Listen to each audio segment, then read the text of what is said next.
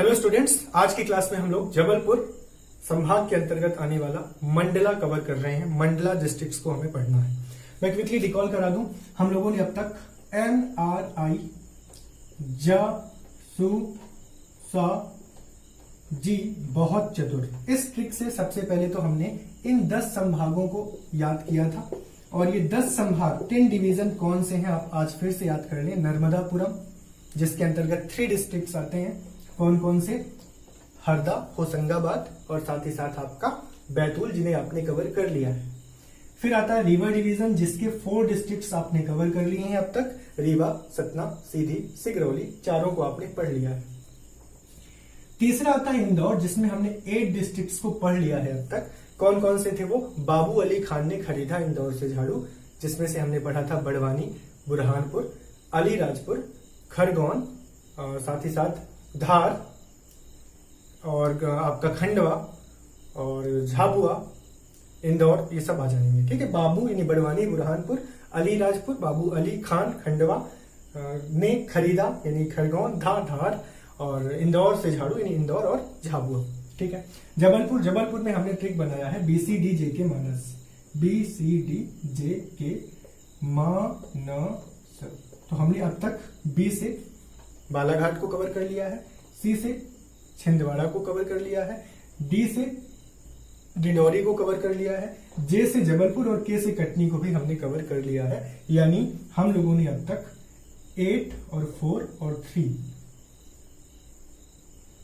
15 ये और साथ ही साथ 5 ये, यानी 20 डिस्ट्रिक्ट्स अब तक हम लोगों ने कवर कर लिए हैं। आज हम लोग बात कर रहे हैं इन तीनों की। तो 21st डिस्ट्रिक्ट ले रहे हैं, क्या नाम है इसका? मंडला। फिर 22nd लेंगे हम लोग नरसिंहपुर और फिर 23rd लेंगे जिसका नाम है सिवनी। तो ये मैंने आपको बता दिया कि किस तरीके से चीजें हम कवर करने वाले हैं। इसके बाद हमें सागर, उज्जैन, शहडोल, ग्वालियर, भोपाल और चंबल, इन डिविजन्स पे भी काम करना है। तो so far we have done with these 3 divisions and today we will cover this Jabalpur division as well. तो इसके बाद फिर हमें रिमेनिंग बचेंगे 23 डिस्ट्रिक्ट्स आज की क्लास में हम लोग कवर कर लेंगे। तो चलिए 21st डिस्ट्रिक्ट शुरू करते हैं, जिसका नाम है मंडला। तो मंडला जिले में, मंडला डिस्ट्रिक्ट्स में हेडक्वार्टर की बात करें तो हेडक्वार्टर आपको मिलता है, यानी इसका मुख्यालय मिलता है, जिला मुख्यालय खुद मंडला में। इसके बाद हम इस मंडला डिस्ट्रिक्ट की बात करते हैं और ये जानना चाहते हैं कि मंडला डिस्ट्रिक्ट किस डिवीजन में आता है। तो बिल्कुल अभी हमने देखा है कि ये जबलपुर डिवीजन में आता है, तो जबलपुर डिवीजन में इसको आपको लेना है।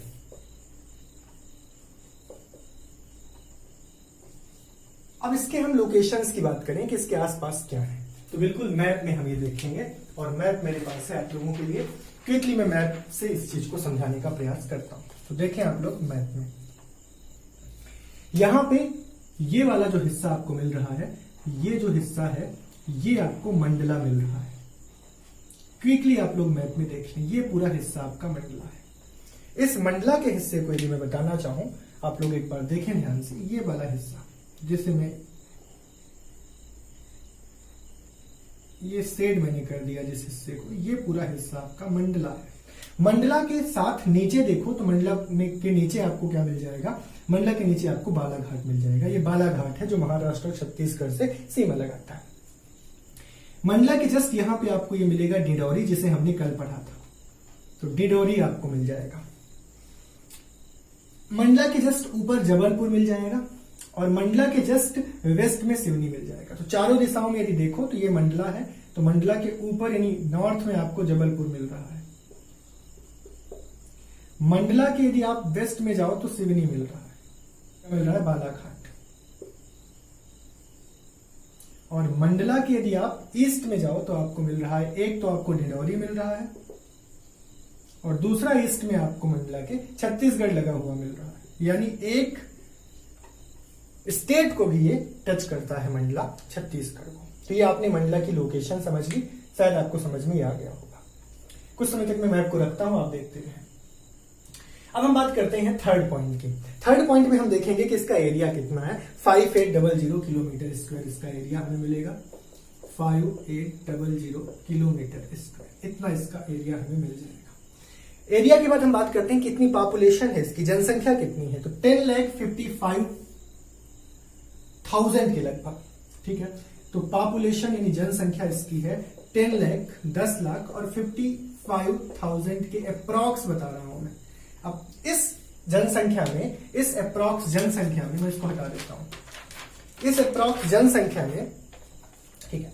अब इस जनसंख्या में हम देख लें कितने साक्षर हैं, कितना लिंग अनुपात है, ये सब हम इसी में देख लेते हैं। तो सबसे पहले तो गांव में रहने वाले लोग यहां भी 88% के अबाउट विलेजर्स हैं, जो विलेज में रहते हैं, जो गांव में रहते हैं, 88% के अबाउट। एसटी आपको यहां पे 58% मिलेगा, ये भी जनजाति बहुल क्षेत्र है, आप कह सकते हो जनजाति या आदिवासी बहुल क्षेत्र है ये, आदिवासी यहां पे हमें ज्यादा मिलते हैं। इसके बाद हम बात करते हैं कि यहां पे सेक्स रेशियो कितना है और यहां पे जन घनत्व कितना है, पॉपुलेशन डेंसिटी यानी जन घनत्व कितना है। तो सेक्स रेशियो यहां पे अच्छा मिलता है 1008, यानी 1000 पुरुषों पे 1008 यानी 1008, 1008 यहां पे महिलाएं मिल जाती हैं। पॉपुलेशन डेंसिटी मतलब 1 किलोमीटर स्क्वायर एरिया में कितने लोग रहते हैं, तो ये प्यारे बच्चों आप लिख लो कि ये आपको 182 मिलता है, पॉपुलेशन डेंसिटी 182 मिलता है, ठीक है। चलिए 5वां पॉइंट हम लोग तहसीलें लेते हैं। आप लोग चाहो तो इनको बना लेना 5वां, 6वां, 7वां, तो फिर तहसीलें 8वां पॉइंट हो जाएगा।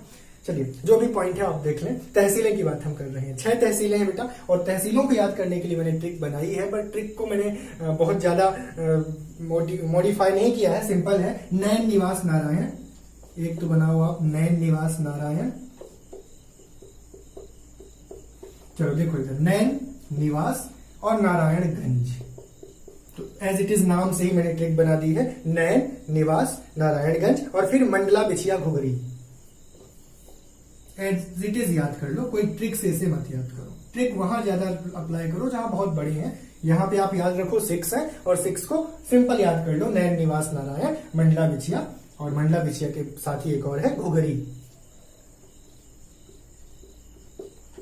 एज इट इज आपको ये 6 याद हो गए। ये सभी के सभी विकास खंड हैं, यानी ये पूरे के पूरे विकास खंड में शामिल है। ये 6 तो पूरे के पूरे विकास खंड में शामिल है, नैन भी है, निवास भी है, नारायणगंज भी है, मंडला बिछिया और घुघरी भी है। इसके अलावा भी आपको 3 और मिलेंगे, बीजा मोह मवई, बीजा मोह मवई, ये 3 आपको विकास खंड और मिलते हैं। इनका पूरा नाम आप लोग लिख लो, बीजा गांव, मोह गांव और मवई एज इट इज। तो ये आपको टोटल 9 मिल गए विकास खंड। चलिए नेक्स्ट हम लोग पॉइंट लेंगे 7वां, मंडला पर बेस्ड, और मंडला को कवर करता हुआ। और 7वें पॉइंट में हम ये देख लेते हैं अब कि मंडला में आदिवासी बहुल क्षेत्र है, 58% यहां आदिवासी निवास करते हैं, ठीक है। तो ये जो पॉइंट्स आपने पहले कवर किया है वही मैंने यहां पे रिलेट किया है। अब चलिए इसके प्राचीन नाम की बात कर लेते हैं। प्राचीन नाम इसका क्या था, तो सबसे पहला तो इसको महिष्मती नाम से जाना जाता था 1480 से पहले, 1480 से पहले महिष्मती नाम से ये आप कह सकते हो प्राचीन नाम, ये महिष्मती का ही इलाका था, ठीक। अब मेरे पास तो ये प्राचीन नाम वाला 8th पॉइंट है, बाकी आप अपना पॉइंट देख लेना। इसके बाद 1480 में यहाँ पे राजे संग्राम शाह मरावी, राजे संग्राम शाह मरावी शासक बने, और इन्होंने क्या किया, यहाँ पे शासन किया। इसको गोंडवाना का भूभाग भी बोलते हैं। शासक का नाम याद रखें, 1480 में कौन बने थे, राजे संग्राम शाह मरावी, राजे संग्राम शाह मरावी। साथ ही साथ बच्चों ये तीनों ओर से नर्मदा नदी से घिरा हुआ एक पवित्र स्थल है मंडला। यहाँ पे प्यारे बच्चों गोंड वंश का शासन भी रहा है, गोंड वंश ने इसको अपनी राजधानी भी बनाया था मंडला को, ठीक है। गढ़ मंडला तो आप जानते ही हो, पूरे गढ़ मंडला में पिछली क्लास में मैंने बताया था रानी दुर्गावती और रानी अवंतीबाई, तो रानी दुर्गावती, रानी अवंतीबाई ने गढ़ मंडला में शासन किया है, तो गढ़ मंडला में मंडला भी आता है। तो एक और पॉइंट आप लिख सकते हो कि रानी अवंतीबाई और रानी दुर्गावती। रानी अवंतीबाई की बात करते हैं तो हम लोग 1857 की बात करते हैं, और रानी दुर्गावती की बात करते हैं तो हम 17वीं सदी की बात करते हैं, और उस सदी में हम 17वीं राधा 16वीं सदी की बात करते हैं, जिसमें हम मुगल काल की बात करते हैं, ठीक है। तो ये आप लोगों को मैंने पिछली क्लास में बताया है दोनों के बारे में, और रानी के बारे में भी बताया था कि रानी अवंतीबाई ने किस तरीके से स्वतंत्रता संग्राम में, जो भारत का पहला स्वतंत्रता संग्राम 1857 में हुआ था, उसमें बढ़ चढ़ के हिस्सा लिया था। 1951 का जो समय था जिसमें उन्होंने शासन किया था, डिंडौरी का इलाका, ये सब इलाका वो रामगढ़ कहलाता था। तो रामगढ़ की वो रानी थी और उन्होंने क्या किया था, बढ़ चढ़ के भाग लिया था। किसमें भाग लिया था? 1857 के स्वतंत्रता संग्राम में। और माना जाता है कि वो प्रथम महिला वीरांगना थी जो शहीद हुई थी 1857 के विद्रोह में। तो याद रखेंगे आप। और रामगढ़ की रानी कहलाती है ये। सिवनी में इनका जन्म माना जाता है और इनकी जो कर्म स्थली है जहां उन्होंने काम किया है वो मंडला भी है, जबलपुर वाला इलाका भी है, साथ ही साथ डिडौरी का है। तो ये जो गढ़ मंडला का पूरा पोर्शन है यहाँ इन्होंने शासन किया है। फिर दूसरी बात आती है रानी दुर्गावती। तो रानी दुर्गावती की जब हम बात करते हैं तो रानी दुर्गावती की समाधि, संग्रहालय, ये तो हम लोग जबलपुर में पढ़ चुके हैं, लेकिन रानी दुर्गावती का शासन भी गढ़ मंडला के इलाके में रहा है, मतलब मंडला क्षेत्र में भी रहा है। तो मंडला क्षेत्र में जब बात आप करोगे तो रानी दुर्गावती की बात भी करोगे, रानी अवंतीबाई की भी बात करोगे। दुर्गावती के बारे में आप लोगों ने सुना होगा कि दुर्गावती जी ने बाज बहादुर को भी, बाज बहादुर दुर्गावती के क्षेत्र में को देख के लालच में आ गया था, आक्रमण किया था। और बाज बहादुर का प्रसंग तो मैंने आपको तब भी बताया था जब मैंने बाज बहादुर और रूपमती के प्रेम प्रसंग की बात मैंने की थी, वहां पे मैंने पूरा प्रीव्यू आपको समझाया था। ठीक है। मांडू की बात जब की थी तब मैंने ये सब चीजें आपको बताई थी, तो ये चीज आपको याद रहेगी।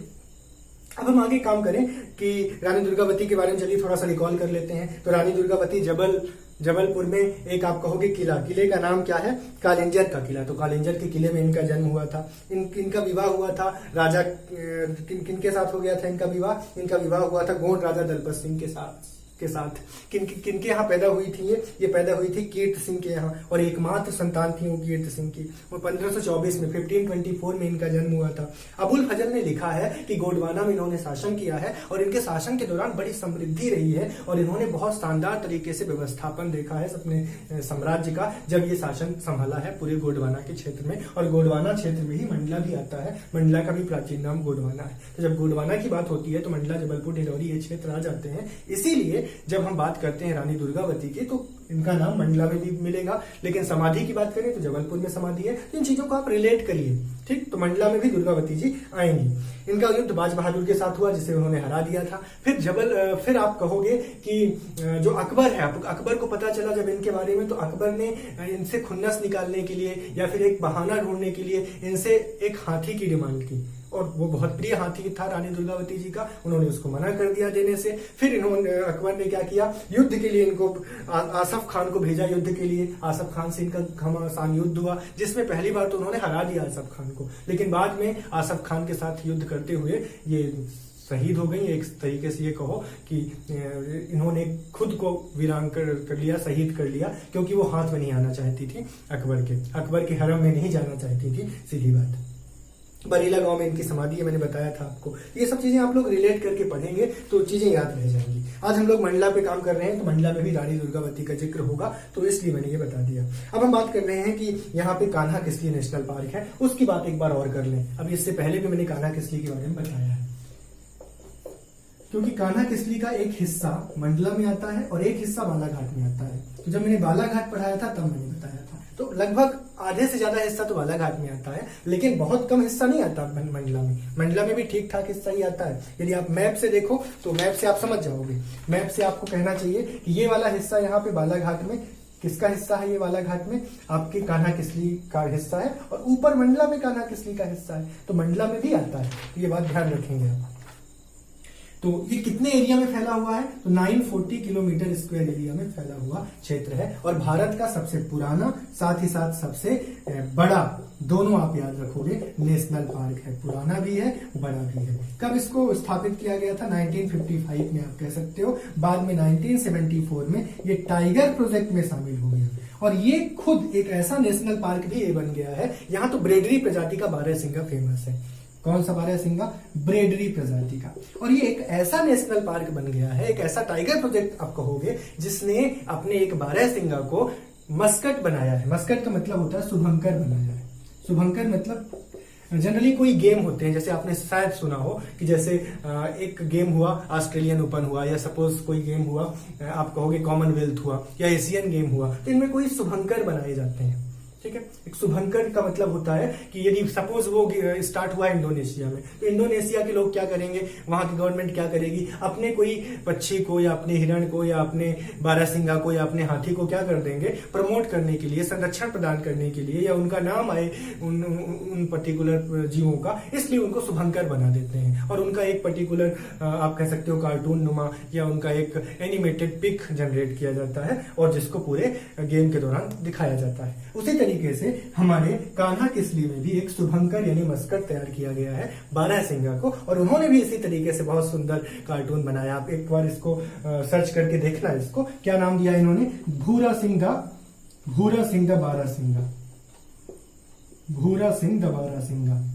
बारहसिंगा का नाम दिया गया है भूरा सिंह, ठीक है। तो बहुत प्यारा मस्कट है और ये पहली बार मस्कट बनाया गया है 2017 में। ये मस्कट इन्होंने या शुभंकर इन्होंने बनाया है। तो ये कान्हा किस्ली से जुड़ा हुआ इंपॉर्टेंट पहलू हो गया। कान्हा किस्ली से इंपॉर्टेंट एक पहलू ये भी है कि यहाँ बंजर और होली घाटी, दो घाटी है, होली घाटी और बंजर घाटी।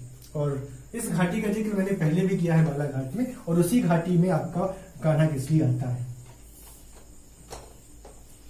ठीक है। चलिए नेक्स्ट पॉइंट लेते हैं मंडला से रिलेटेड, और हम ये बात करेंगे कि मंडला में प्रथम परमाणु से द्वारा जो बिजली बनती है, परमाणु बिजली घर या परमाणु बिजली गृह, तो मंडला में भारत का या प्रदेश का तो बोलना चाहिए, मध्य प्रदेश का प्रथम परमाणु बिजली घर है। कहाँ पे है, चुटका गांव में, चुटका गांव है मंडला में, वहां पे मध्य प्रदेश का प्रथम परमाणु बिजली घर बनाया गया है और ये एग्जिस्ट करता है। इसके अलावा यहाँ पे एक हवेली नाम की जगह है, क्या, हवेली। अब ये हवेली क्या रोल प्ले करता है, मैं 2-3 पॉइंट बोलता हूँ। पहला पॉइंट कि ऐसा भूभाग है जो नर्मदा की सहायक नदी, नर्मदा की एक सहायक नदी है, बंजर या बांजर जो भी बोलो, तो नर्मदा की सहायक नदी बंजर के आसपास का क्षेत्र है जो बहुत उपजाऊ है, जिसे हवेली बोला जाता है। याद रखेंगे, तो नर्मदा और बंजर नदी के संगम के पास का क्षेत्र, ठीक है। नर्मदा नदी और बंजर नदी के जो संगम का क्षेत्र है, आसपास का क्षेत्र है, वो बड़ा उपजाऊ क्षेत्र है। इस उपजाऊ क्षेत्र को क्या बोला जाता है, हवेली बोला जाता है। इसका उपज वाला क्षेत्र है, यहाँ उपज बहुत ज्यादा होती है, ठीक। अब फेन अभ्यारण्य की बात करते हैं। एक यहाँ पे फेन अभ्यारण्य भी है, ठीक है। ये फेन अभ्यारण्य क्यों फेमस है, ये हम लोग देखते हैं। पहली बात तो ये अभ्यारण्य है, तो कोई ना कोई जीव यहाँ संरक्षण प्रदान किया गया होगा, ठीक। और इस अभ्यारण्य के बारे में ये याद रखो कि ये इतना छोटा भी नहीं है, 110 किलोमीटर स्क्वायर एरिया में फैला हुआ है, ठीक है। इसके अलावा इसके बारे में याद रखो, इसको फेन हिना अभ्यारण्य भी बोलते हैं, इसका एक नाम फेन हिना अभ्यारण्य भी है। साथ ही साथ यहाँ पे कौन से जीवों को संरक्षण दिया गया है, मैं नाम बोल देता हूँ। एक तो आपके पास तेंदुआ, शेर, चीतल है, यहाँ पे 3 है मेनली। तेंदुआ है एक तो, और तेंदुआ के अलावा यहाँ पे तेंदुआ, शेर है, चीतल है। ये मेनली 3 आपको यहाँ पे मिलते हैं, तेंदुआ, शेर और चीतल, ठीक है। मुख्यतः ये 3 पाए जाते हैं। यहाँ पे उद्योग और उद्यम किस तरीके के हैं, उद्यम में एक तो यहाँ पे पान का उद्यम है, साथ ही साथ यहाँ पे लाख का उद्यम है, लाख उत्पादन यहाँ पे होता है। पान का उत्पादन भी होता है, तो पान से भी लोग जुड़े हुए हैं और अपनी रोजी रोटी पान के सहारे भी चलाते हैं। और यहाँ पे चटाई और रस्सी का निर्माण भी लोग करते हैं, और छोटे छोटे उद्यम हैं जिनसे लोग जुड़े हुए हैं और अपना घर पाल चलाते हैं, ऐसा समझ सकते हो। तो कौन कौन से छोटे छोटे उद्यम यहाँ पे हो गए, पान से जुड़ा हुआ, चटाई और रस्सी से बनाने वाला उद्यम हो गया, साथ ही साथ लाख उत्पादन, ये यहाँ पे मेन उद्यम हो गए। इसके अलावा यहाँ पे ककैया या कैकया, ककैया या फिर कैकया भी लिखा है, तो आप यही मानना। तो क्या फेमस बात है ककैया गांव की या कैकया गांव की। इस गांव की खास बात यह है कि यहाँ पे चट्टाने हैं बहुत सारी, और उन चट्टानों से जुड़ा हुआ एक कॉन्सेप्ट ये निकल के आता है कि उन चट्टानों में हजारों मात्रा में अजगर हैं, और ये बहुत दूर नहीं है गांव से, गांव क्षेत्र से लगा हुआ स्थान है, और खुले में विचरण करते हैं ये अजगर, खुले में घूमते हैं ये अजगर। ये 2 एकड़ क्षेत्र में चट्टान और गुफा है, और उन गुफाओं में ही ये अजगर रहते हैं। तो अजगर से घिरा हुआ क्षेत्र है ये, और अजगर के कारण ये ककैया गांव फेमस है। लोग भी निश्चिंत है, लोग भी टेंशन नहीं लेते हैं, और 2 किलोमीटर के इलाके में ये फैला हुआ है अजगर का क्षेत्र। साथ ही साथ यहाँ पे अजगर को एक नया नाम, लोकल नाम दादर नाम से अजगर को जाना जाता है, लोकल वहां पे मंडला में। और साथ ही साथ यहाँ पे मानव बस्ती के बहुत निकट है ये, तो ये भी ध्यान आप लोग रखेंगे। एक है यहाँ पे चिरई डोंगरी का तालाब, चिरई डोंगरी तालाब। क्या खास बात है इस चिरई डोंगरी तालाब की, अब ये हम देख लेते हैं। चिरई डोंगरी तालाब के बारे में सबसे पहली बात तो ये माने गांव में है। जिस गांव में ये तालाब है उस गांव का नाम है माने गांव। तो माने गांव में है ये चिरई डोंगरी तालाब। साथ ही साथ इस तालाब के बारे में बोला जाता है कि 300 वर्ष पुराना है। और ये भी बोला जाता है, ये भी मान्यता रखी गई है कि ये दैवी शक्ति से जुड़ा हुआ तालाब है। क्यों ऐसा बोलते हैं लोग? क्योंकि कभी ना सूखने वाला तालाब है। तो कभी ना सूखने वाला तालाब है, इसे कभी ना सूखने वाला तालाब कहा जाता है। तो ये कुछ जुड़े हुए तथ्य हैं चिरई डोंगरी तालाब से कि माने गांव का है, 300 वर्ष पुराना है, कभी ना सूखने वाला तालाब है। एक और याद रखें कि 14 एकड़ पे फैला है, तो इसका एरिया भी बहुत बड़ा है। 14 एकड़ में फैला हुआ तालाब है ये, ठीक है। इतने आप ध्यान रखेंगे। फिर इसके बाद एक लास्ट में पॉइंट और कवर करता हूँ रामनगर दुर्ग के संदर्भ में। रामनगर दुर्ग के बारे में कुछ चीजें हम जान लेते हैं। क्या है ये रामनगर दुर्ग, तो देख लें। रामनगर दुर्ग के बारे में सबसे पहला कथन कि यहाँ पे गोंड राजा हृदय शाह थे, जिन्होंने इसको स्थापित किया था 1667 में। हृदय शाह गोंड ने, गोंड राजा हैं ये, जिन्होंने रामनगर दुर्ग को बनवाया, हृदय शाह गोंड ने। इसके अलावा बंजर और नर्मदा के संगम पर यहाँ बना हुआ है ये, बंजर और नर्मदा के संगम पर। मैंने बताया था बंजर नर्मदा के संगम पर, बंजर नर्मदा के संगम पे मैंने बताया था कि बहुत सुंदर उपजाऊ जमीन निकल के आती है। और उस घाटी की जमीन को हमने एक नाम दिया था, शायद आपको याद आए, क्या नाम दिया था? हवेली नाम दिया था। और वहीं पे ये रामनगर दुर्ग भी बना हुआ है। कहाँ पे? बंजर नर्मदा घाटी के पास। और इस दुर्ग के पास एक मोती महल भी है, ठीक है। तो मोती महल नाम से भी हम जानते हैं इस महल को। मोती महल भी यहाँ पे है, मोती महल नाम से भी ये संगम के पास जो रामनगर दुर्ग बना है उसे जानते हैं। इसके अलावा आपको एक और पॉइंट याद रखना है कि ये तीनों ओर से नर्मदा से घिरा हुआ स्थान है और चौथी ओर यहाँ पे खाई है, ठीक है। तो तीनों ओर से नर्मदा है, चौथी ओर से खाई है।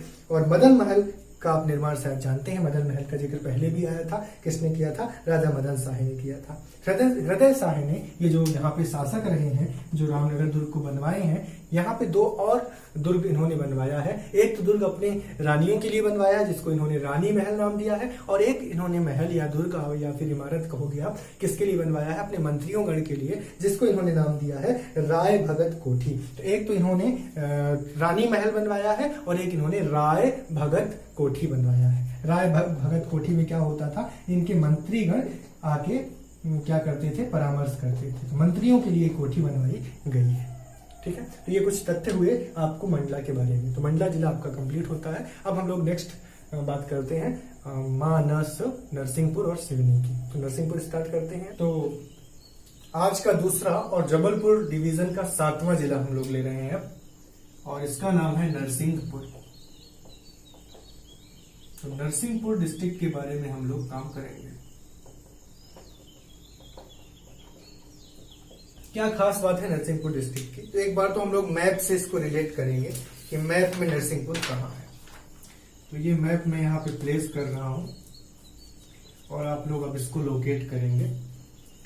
तो यदि हम इसको देखें ध्यान से नरसिंहपुर, तो नरसिंहपुर ये हिस्सा है। आप यदि नरसिंहपुर के हिस्से को शेड करो तो ये हिस्सा नरसिंहपुर का हिस्सा है, ठीक है।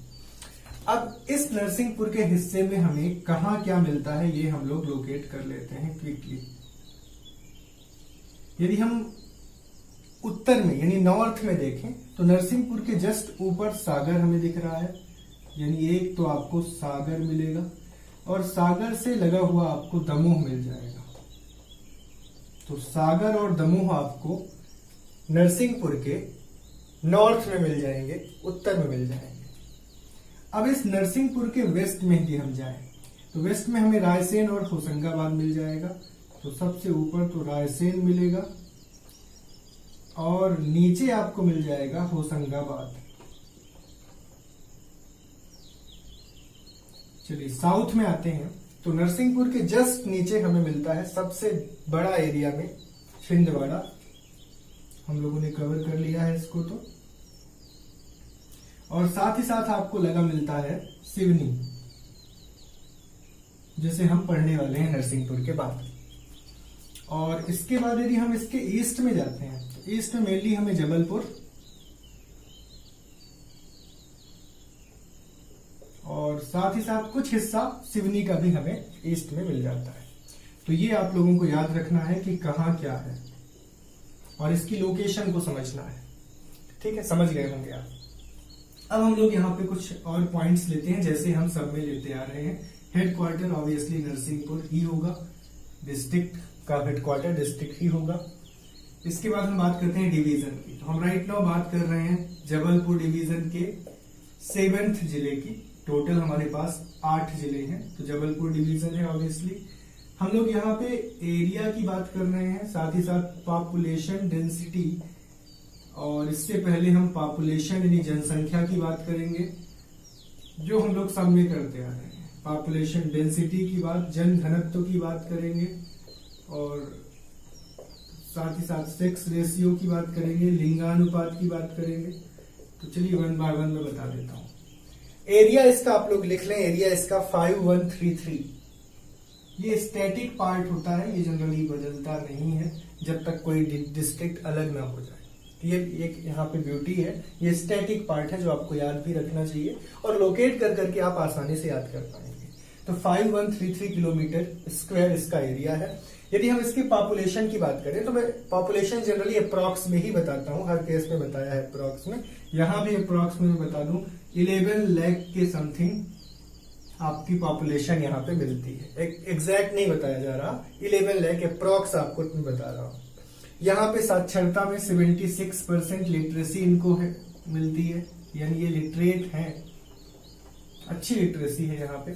साथ ही साथ यहाँ पे 81% लोग गांव में रहते हैं, तो ग्रामीण क्षेत्र भी ये ज्यादा रखता है। सबसे ज्यादा तो मैंने आपको बताया था कौन सा इलाका रखता है, दिलौरी रखता है, और वो 96% के अबाउट, और 86% के अबाउट बालाघाट में बताया गया था। यहाँ 81%। पॉपुलेशन डेंसिटी यानी जन घनत्व, कितने लोग रहते हैं 1 किलोमीटर स्क्वायर में, तो ये आप लोग लिख लो 213। और इसका सेक्स रेशियो भी 989 है, यानी सेक्स रेशियो भी यहाँ पे अच्छा है। हाँ, सेक्स रेशियो यहाँ पे 920 है, सेक्स रेशियो 920 लिख लें। चलिए अब तहसील पे हम आ जाते हैं। तहसीलें कौन कौन सी हैं नरसिंहपुर के अंतर्गत। नरसिंहपुर के अंतर्गत आने वाली तहसीलों को एक तरीके से हम रिकॉल कर पाएंगे आज की क्लास में, और वो तरीका आप लोग लिखें करेली, तेंदू, गोटे, गाड़, नर। तो करेली एक तरीके से करेला को हम बोलते हैं, तेंदू आप सब जानते हो, तो करेली, तेंदू, गोटे, ठीक है, गोटे यानी पत्थर समझ लो, करेली, तेंदू, गोटे, गाड़, गाड़ मतलब खुदाई करके आप गाड़ रहे हो, नर, ठीक है। तो करेली, तेंदू, गोटे, गाड़, नर, ये आपको 5 तहसील मिलने वाली हैं इस ट्रिक के मदद से। तो करेली से आपका खुद करेली आ जाएगा, नाम ही करेली है। तेंदू से आपको तेंदू खेड़ा मिलेगा, एक तहसील है जिसका नाम तेंदू खेड़ा है। फिर गोटे से गोटे गांव मिल जाएगा, गोटे गांव एक तहसील का नाम है। फिर आपको गाड़ से मिलेगा, यहाँ पे गाड़ से आप लोग यहाँ पे लिखेंगे गाडरवारा, गाडरवारा,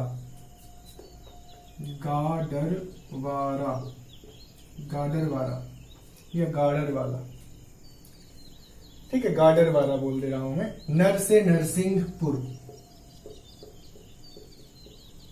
तो कौन कौन सी तहसीलें हो गई, करेली, तेंदूखेड़ा, गोटेगांव, गाडरवारा और नरसिंहपुर, ये तहसीलें आपको मिल गई। अब हम चलते हैं विकास खंड में। तो विकास खंड में आपको यहाँ पे सभी तहसीलें विकास खंड के फॉर्म में मिलेंगी कि नहीं, मैं ये क्लियर कर देता हूँ। तो विकास खंड में सबसे पहले तो आप लोग लिख लो नरसिंहपुर, करेली और गोटेगांव, यानी आपको नरसिंहपुर मिल रहा है, करेली मिल रहा है और गोटेगांव मिल रहा है, यानी तेंदूखेड़ा और गाडरवारा, ये 2 आपको विकास खंड नहीं मिल रहे। तो कौन कौन से विकास खंड मिल गए, करेली मिला, करेली के बाद आपको गोटेगांव मिला, उसके बाद आपको नरसिंहपुर मिला, ये 3 मिल गए। और इनके अलावा भी आपको मिलेंगे और उनका नाम आप लिख लो साई खेड़ा, बाबई चीचली और चावर पाठा। साई, बाबई, चावर, साई खेड़ी,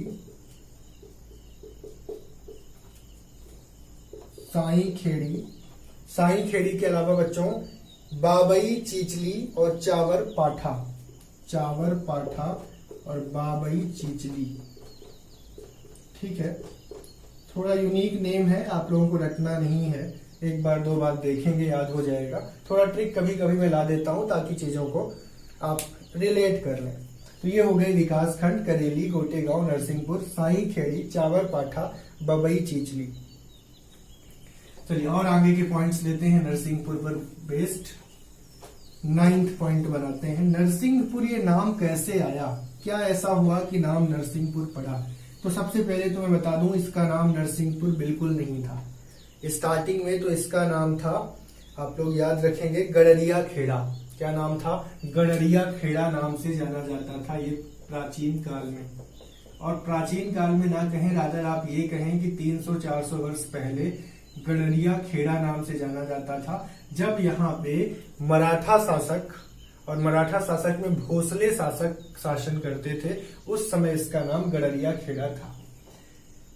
तो भोसले शासकों के समय या मराठा शासकों के समय इसका नाम,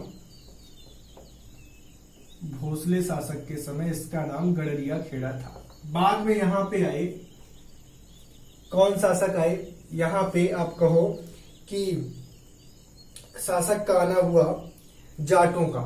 तो जाट शासक जब आए 300 वर्ष पूर्व, कहो जाट शासक आए 320 वर्ष पूर्व, लगभग 300 या 320 वर्ष पूर्व। तो इन जाटों ने क्या किया, एक बहुत शानदार भव्य मंदिर का निर्माण करवाया, जिसे हम नरसिम्हा मंदिर या नरसिंह मंदिर बोलते हैं।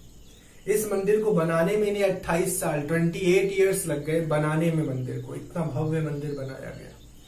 तो जब इस मंदिर को ये बना के तैयार कर लिया इन्होंने, तो मंदिर के नाम पे ही इस पूरे शहर का नाम, इस पूरे जगह का नाम इन्होंने क्या रख दिया, नरसिंहपुर रख दिया। यानी इस गडरिया खेड़ा का नाम क्या बन गया, नरसिंहपुर बन गया। तो ये बात एक प्राचीन थोड़ा जुड़ा हुआ है जिसे आप याद रखेंगे।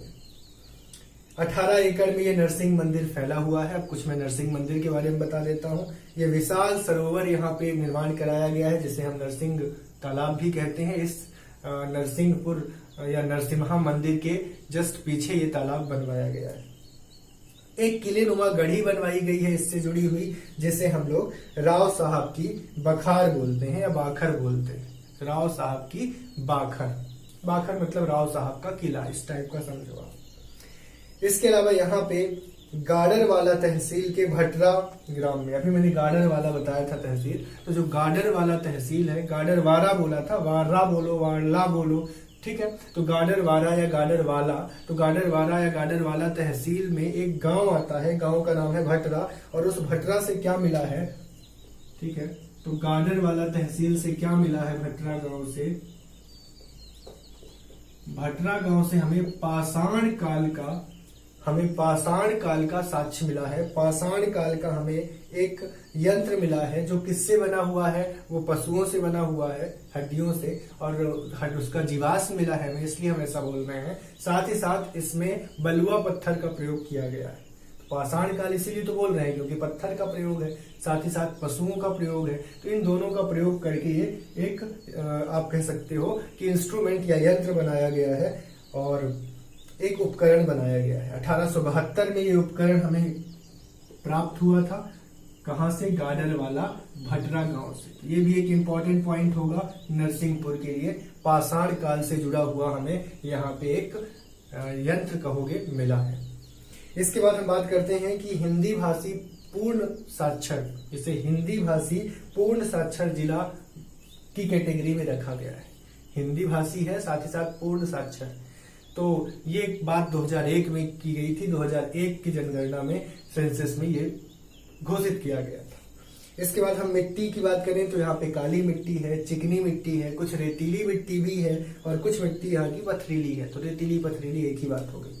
इसके अलावा यहाँ खनिज भी है, चूना पत्थर है। चूना पत्थर है तो कुछ चीजें यहाँ पे सीमेंट से रिलेटेड उद्योग भी आ जाएंगे। साथ ही साथ यहाँ पे सोप स्टोन है, डोलामाइट है, फायर क्ले है, ठीक है, तो फायर क्ले भी यहाँ पे है।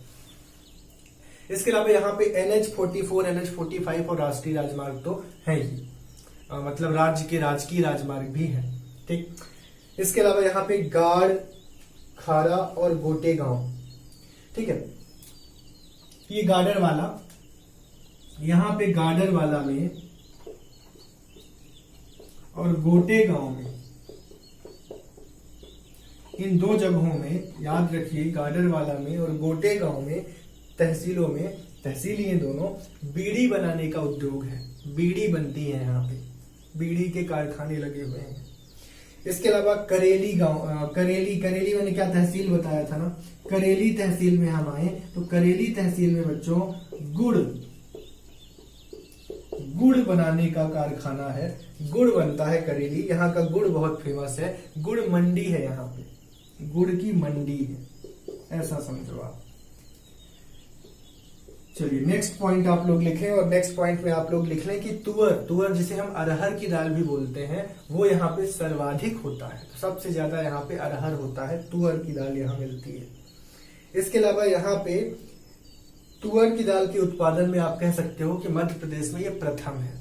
ठीक, इसके अलावा हम बरमान घाटी की बात करते हैं। क्या है ये बरमान घाटी? कहीं यदि ब्राह्मण घाटी लिखा आ जाए तो आप समझ जाना ये बरमान घाटी के लिए ही यूज किया गया है। ब्राह्मण घाटी भी कहीं कहीं लिखा मिलता है, बरमान घाटी वैसे इसका नाम है। ये गाडर वाला से 19 कहाँ आएगा बरमान घाटी, ये लिख लो आप। ये बरमान घाटी करेली के निकट है, करेली के पास है, करेली तहसील के अंतर्गत आप कह सकते हो बरमान घाटी को। ये नर्मदा नदी के पास 7 धाराएं हैं, और माना जाता है ये धाराओं को पांडवों ने निकाली थी। 7 धाराएं यहाँ पे देखने को मिलती हैं। 7 यहाँ पे स्ट्रीम्स हमें मिलती हैं पानी की। कहाँ, किसकी? नर्मदा नदी की। ठीक है, नर्मदा नदी की हमें यहाँ पे स्ट्रीम्स मिलती हैं 7। ठीक है, रानी दुर्गावती का मंदिर है यहीं पे। कौन कौन से मंदिर हैं अब सुन ले आप। रानी दुर्गावती का मंदिर है, साथ ही साथ यहाँ पे हाथी दरवाजा है, साथ ही साथ वराह की प्रतिमा है, और यहाँ पे ब्रह्मा जी की यज्ञ स्थली है। तो ये कुछ इंपॉर्टेंट स्थल है इसी बरमान घाटी के अंदर। ठीक, इसके बाद हम चौरागढ़ किला की बात करते हैं। नेक्स्ट है चौरागढ़ का किला। क्या है ये चौरागढ़ का किला? तो सबसे पहली बात, चौरागढ़ का किला एक प्राचीन किला है जो कि 15वीं शताब्दी में बनवाया गया था गाडर वाला या वाला में। तो गाडर वाला में है ये, और ये कह सकते हो कि गाडर वाला से 19 किलोमीटर 19 किलोमीटर की डिस्टेंस में है, और ये 15वीं शताब्दी में बना था। 15 शताब्दी का मतलब हुआ कि ये 1400 से 1500 के बीच में बना था। ठीक है, इस काल में ये बना था चौरागढ़ का किला। और क्या खास बात है इसमें, ये गोंड राजा संग्राम सिंह द्वारा बनवाया गया था। संग्राम सिंह एक गोंड राजा हैं, उन्होंने इसको बनवाया था। ठीक है, अपने निवास रहने के लिए आप समझ लो। चलिए कुछ और स्थल हैं, जैसे बचई है, तो क्या किस कारण से फेमस है ये हम देख लेते हैं। जैसे करेली अभी हमने लिखा था, तो गुड़ की मंडी के लिए फेमस है। 16 लिखे आप बचई। बचई किस लिए फेमस है? मानव का यहाँ पे पाषाण शिला है, एक पाषाण शिला हमें मिला है। कहां से? बचई से। और उस पाषाण शिला के बारे में बोला जाता है कि वो महाभारत काल से जुड़ा हुआ किला है, और उस किला के बारे में ये बोला जाता है ठीक है, बचई की बात करते हैं। तो बचई में एक हमें शिला मिला है, मानव का शिला। मानव का हमें एक पाषाण शिला मिला है, और इस मानव का पाषाण शिले को हम बोलते हैं कि महाभारत काल का ये शिला है, यानी पत्थर है।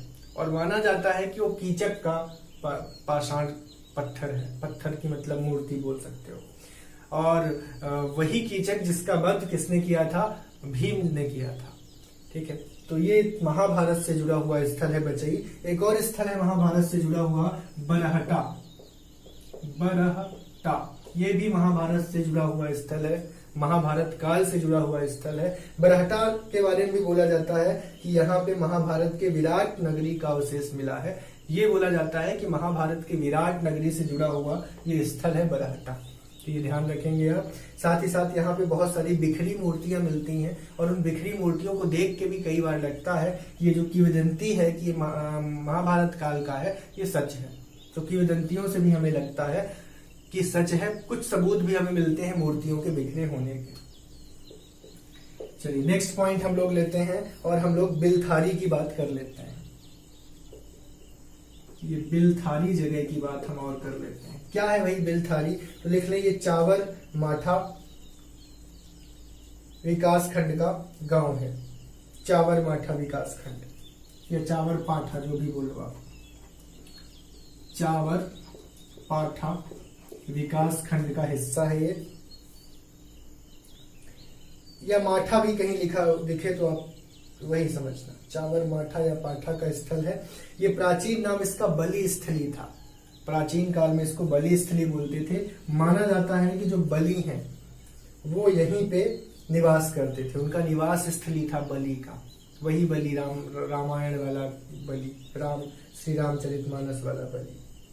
पांडव द्वारा यहाँ पे सतधारा निकालने का उल्लेख एक बार और मिला है हमें। पुराणों में ये बात मिलती है बिलथारी नामक जगह के बारे में कि यहीं पास में क्या किया गया था, 7 धाराएं निकाली गई थी। अभी मैंने बताया था कि वो 7 धाराएं कहाँ पाई गई हैं, वो बरमान घाटी में पाई गई हैं। तो यहीं से जुड़ा हुआ है वो बरमान घाटी, करेली के निकट है।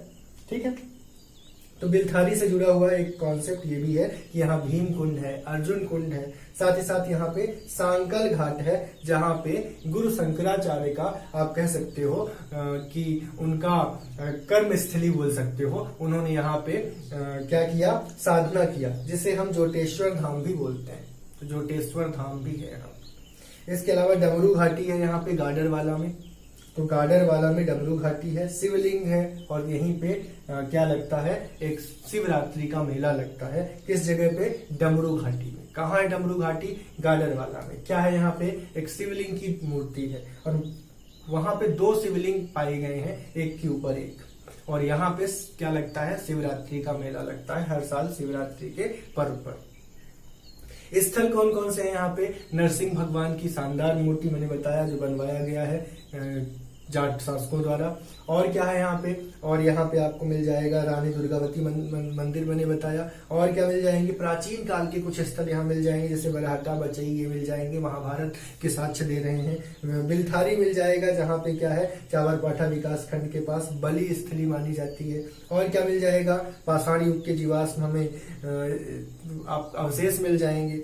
और क्या मिल जाएगा? गडरिया खेड़ा मिल जाएगा, जहाँ मराठा शासक भोसले के समय ये गडरिया खेड़ा नाम से प्रसिद्ध था, ये कह सकते हो आप। ये कुछ चीजें हैं। बरमान घाटी भी हमारे पास यहाँ पे है। बरमान घाटी में क्या है, नर्मदा नदी की 7 धाराओं की बात की जाती है।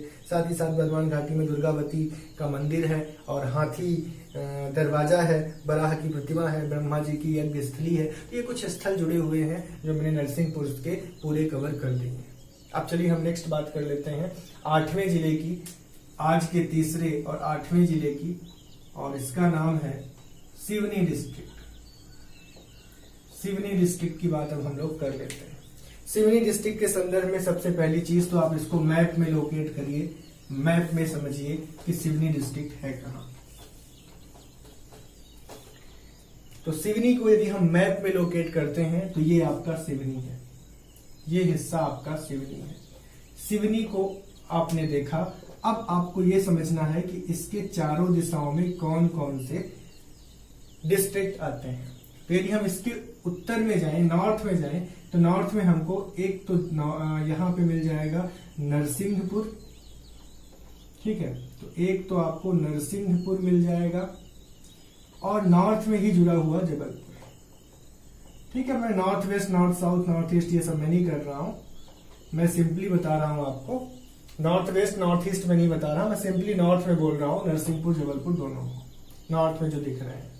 इसके बाद हम बात कर लेते हैं वेस्ट में दिखने वाले की। तो वेस्ट में दिखने वाला ये आपका छतरपुर है, जो सबसे बड़ा एरिया में जिला है। यदि हम लोग सिवनी के नीचे आए तो हमें महाराष्ट्र मिल जाएगा, क्योंकि ये बिल्कुल बॉर्डर में है। ठीक है, लैंड लॉक्ड ये नहीं कहलाएगा, क्योंकि ये बॉर्डर शेयर करता है महाराष्ट्र के साथ। यदि हम इसके ईस्ट में जाते हैं तो ईस्ट में हमें अगेन दो मिलेंगे, एक तो ऊपर हमें मंडला मिलेगा और नीचे आए हम तो बालाघाट मिलेगा। तो मंडला और बालाघाट हमें मिल जाएंगे ईस्ट में। तो ये कहानी हो गई सिवनी की बेसिक। अब हम सिवनी की बात करेंगे तो सबसे पहले तो हेडक्वार्टर सिवनी ही होता है, क्योंकि सिवनी डिस्ट्रिक्ट है, डिस्ट्रिक्ट का हेडक्वार्टर डिस्ट्रिक्ट हमें मिलता है। इसके बाद हम डिवीजन की बात करते हैं तो डिवीजन यहाँ पे कौन से डिवीजन का हिस्सा है, ये जबलपुर डिवीजन का हिस्सा है। जबलपुर डिवीजन के लिए हम ये डील कर रहे हैं। ठीक, अब हम लोग एरिया लेंगे, एरिया के साथ साथ हम इसका पॉपुलेशन लेंगे और पॉपुलेशन के साथ साथ पॉपुलेशन डेंसिटी लेंगे, यानी जन घनत्व लेंगे। और क्या कंसीडर करने वाले हैं, सेक्स रेशियो कंसीडर करने वाले हैं। हाँ, तो ये सभी पॉइंट्स अब हम लोग 1 बाय 1 लेने वाले हैं। चलिए शुरू करते हैं। तो यहाँ पे एरिया लिखें 8758 किलोमीटर स्क्वायर। 8758 किलोमीटर स्क्वायर का एरिया आपको यहाँ पे मिलता है और इस एरिया में 88% गांव में लोग रहते हैं, विलेज में रहने वाले लोग हैं और 72% के अबाउट लिटरेसी यानी साक्षरता दर आपको मिल जाती है। कितनी साक्षरता दर मिलती है, 72% के अप्रॉक्स। पॉपुलेशन यानी टोटल जनसंख्या यहाँ कितनी रहती है, तो याद रखें लगभग 14 लाख लोग यहाँ पे निवास करते हैं, जिनमें से इतने लोग गांव में हैं और इतने लोग साक्षर हैं। आप इसको पॉपुलेशन से जोड़ लो।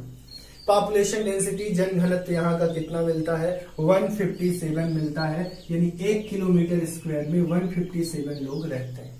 लिंगानुपात यानी 1000 पुरुष पे कितनी महिलाएं हैं, तो वो याद रखें आप 982 है, तो ये भी अच्छा है। ठीक है, अब हम तहसीलों में आ जाते हैं। कौन कौन सी तहसीलें हैं जो सिवनी में आती हैं। ठीक है, तो हमारे सिवनी में टोटल तहसीलें आपको मिलेंगी 8, और वो 8 मैं याद करा देता हूं। केवल धस कुरई धान, ठीक है, केवल धस कुरई धान। अब ये 10 से मैंने ये धस बनाया है, ठीक है ना। केवल 10 कुरई, कुरई ये मेजर करते हैं ना हम लोग, ठीक है। आप यदि विलेज से थोड़ा बहुत भी जुड़े हुए हो तो कुरई आप जानते होंगे। केवल 10 कुरई धान, और आगे क्या बोला गया है, केवल 10 कुरई धान बर से लखन पार। ठीक है, कोई बर लिया उसने कि भैया हमें सिर्फ 10 कुरई धान दे दो और उससे उसकी जिंदगी पार हो गई। ठीक, ये कॉन्सेप्ट हुआ। तो केवल 10 कुरई धान से बर से लखन पार। अब देखो सबसे हमें मिलेंगे एक एक, 1 2 3 4 5 6 7 8। सबसे हम 1 1 बनाने वाले हैं तहसील। सबसे पहले केवल से तहसील बनने वाली है केवलारी। केवलारी तहसील। धस से तहसील बनेगी हमारी घसौर या घसौर। घा है वैसे ये, ठीक है, मैं धस का कॉन्सेप्ट लाया हूं क्योंकि 10 याद रहेगा। घसौर है वैसे ये। कुरई से पूरा कुरई ही रहने दो आप, कोई इसमें चेंज नहीं करना है। कुरई। फिर है धनौरा। धनौरा आपको धान से याद रखना है। हाँ, बर के लिए आपके पास है बरघाट। से तो आपको पता ही है सिवनी, जिसकी बात चल रही है। और लखन से आपको मिल जाएगा लखना दौन।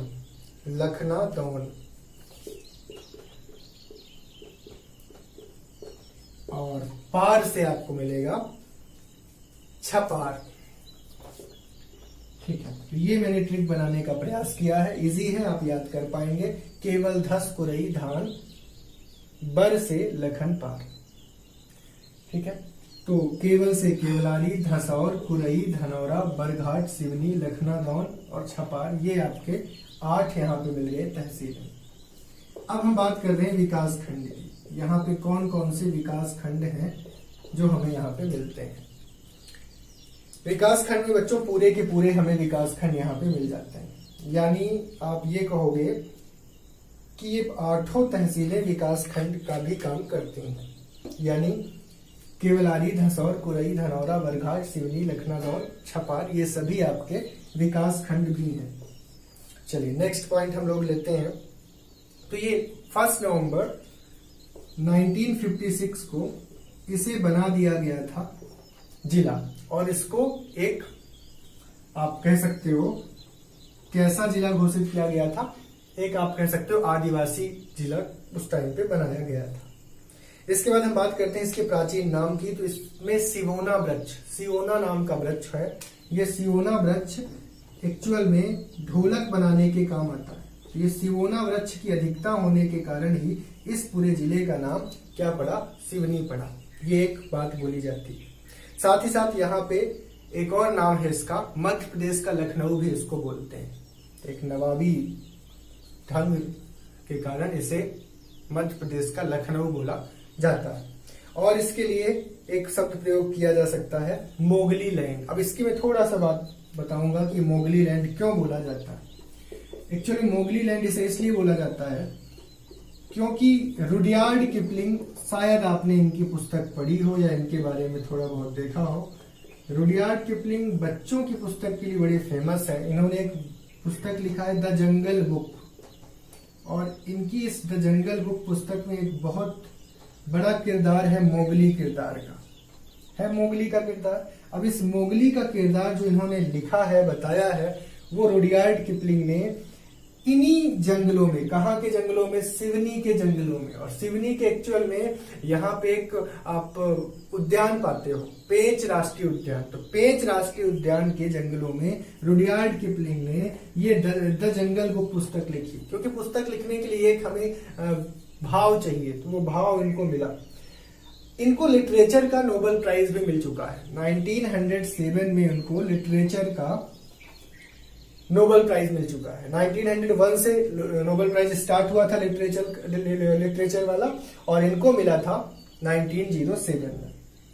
तो ये भी आप याद रखें, इनकी उत्कृष्ट लेखन कला के कारण इनको मिला था ये पुरस्कार।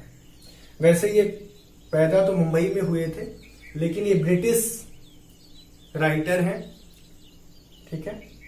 तो ब्रिटिश, और इनका हालांकि देहांत इनका कहाँ हुआ है, लंदन में ही हुआ है, इंग्लैंड में ही हुआ है, लेकिन पैदा ये मुंबई में हुए थे। ये कुछ जुड़े हुए हैं, भारत से भी जुड़े हुए हैं ये, और भारत इन्हें अच्छा भी लगता है, तब तो भारत में ये रह के इन्होंने पुस्तक लिखी है।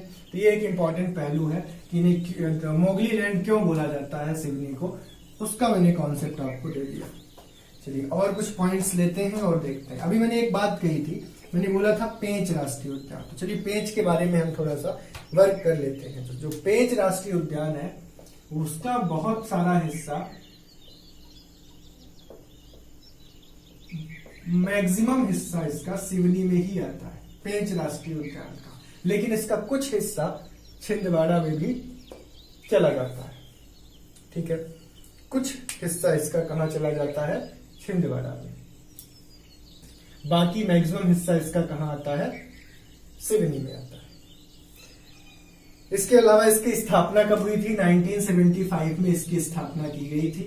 और उसके बाद 1980 में ये क्या बन गया था, 1980 में प्रोजेक्ट टाइगर में शामिल हो गया था। प्रोजेक्ट टाइगर में शामिल होने से उस पर्टिकुलर नेशनल पार्क की सिक्योरिटी कहो या इंपॉर्टेंस कहो और बढ़ जाती है। इसके बाद हम बात करें तो एक इम्पॉर्टेंट बात है कि यहाँ इसके बीचों बीच पेंच नदी निकलती है। और कोई भी राष्ट्रीय उद्यान है वनों से घिरा हुआ है, बहुत सारे वन हैं, वो तभी पॉसिबल है जब वहां पे पानी हो। तो जनरली मैक्सिमम राष्ट्रीय उद्यान से पानी कहीं ना कहीं जुड़ा होता है। तो यहाँ भी पेंच राष्ट्रीय उद्यान में पेंच नदी बीचों बीच से निकलती है। और इम्पॉर्टेंट चीज है इसमें कि मैंने ये मोगली लैंड वाला कॉन्सेप्ट आपको दे दिया, ये भी एक इम्पॉर्टेंट यहाँ पे है। तो मोगली लैंड वाला कॉन्सेप्ट भी यहाँ पे आप समझें, क्योंकि इसी राष्ट्रीय उद्यान में जंगलों में बैठकर रुडयार्ड किपलिंग ने द जंगल बुक पुस्तक लिखी है। ये पेंच राष्ट्रीय उद्यान से जुड़ा हुआ पॉइंट हो गया। अब हम एक और बात करें तो NH7 यहाँ से गुजरता है, नेशनल हाईवे 7 गुजरता है और सेकेंड लार्जेस्ट है। पहले तो लार्जेस्ट ही था, अब NH44 हो गया है लार्जेस्ट, तो सेकेंड लार्जेस्ट है। वाराणसी से लेके कन्याकुमारी तक इस हाईवे से हम रोड को जोड़ पाते हैं। तो ये यहाँ पे गुजरता है, किससे गुजरता है, आपके सिवनी से गुजरता है। ये भी एक बात याद रखेंगे।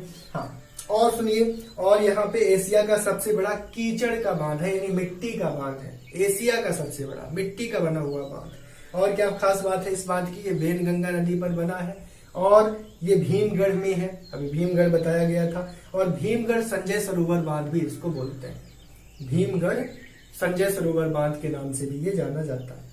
वेनगंगा के उद्गम स्थल की बात कर लें, वेनगंगा एक प्रमुख नदी है और वेनगंगा नदी यहीं से निकलती है। मैंने बताया था आपको बालघाट, अपना बालाघाट कहाँ स्थित है, वेनगंगा नदी के किनारे स्थित है। लेकिन याद रखें वेनगंगा का जो उद्गम है वो सिवनी ही है, पर सिवनी का कौन सा स्थल, तो सिवनी का एक गांव है और उस गांव का नाम आप लोग लिख लें मुंडारा गांव। तो मुंडारा विलेज सिवनी का एक ऐसा विलेज है जहां पे वेनगंगा नदी का उद्गम होता है।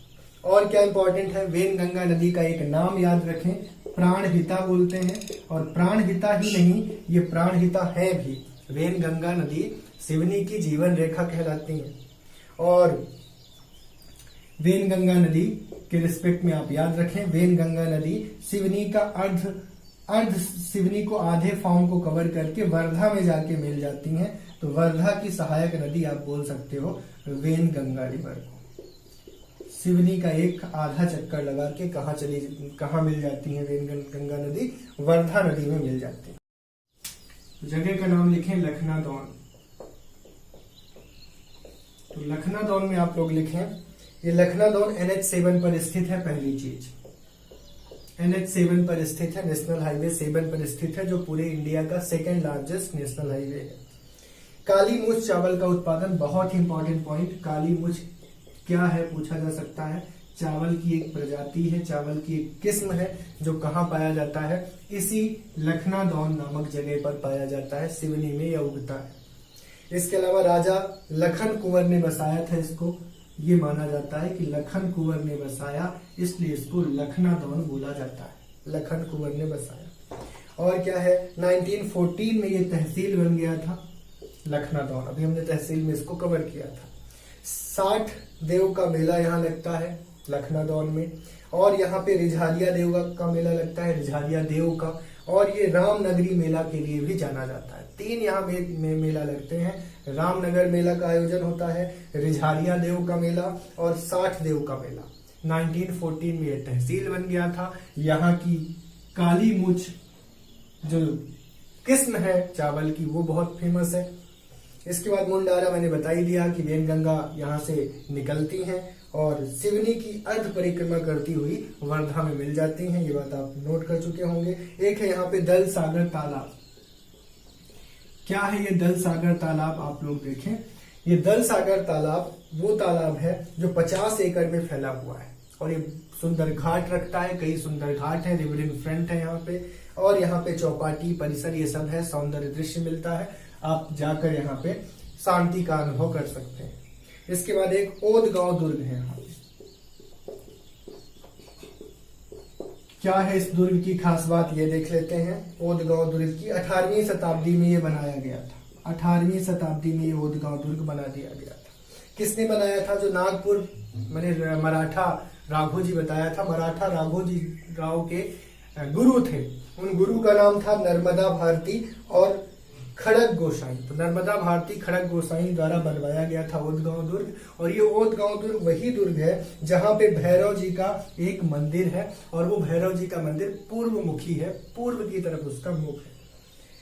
ठीक, तो ये हो गए आपके सभी पॉइंट्स सिवनी से जुड़े हुए। कौन कौन से स्थल हमने देखे, एक तो पेंच राष्ट्रीय उद्यान देखा, हमने लखनादौन की बात की, काली मूछ की प्रजाति देखी, मुंडारा की बात की, मुंडरा में हमने वेनगंगा का उद्गम की बात की, हमने दल सागर देखा, एक 50 एकड़ में फैला तालाब देखा जहां बहुत सारे घाट है, हमने एशिया का सबसे बड़ा कीचड़ बांध देखा, यानी मिट्टी का बना बांध देखा, वेनगंगा का उद्गम देख ही लिया। इसके अलावा हम लोगों ने सियोना से ये बना है, सियोना वृक्ष के कारण इसका नाम सिवनी पड़ा, ये बात कर ली। रुडयार्ड किपलिंग का एक छोटा सा कॉन्सेप्ट हमने देख लिया, ठीक है।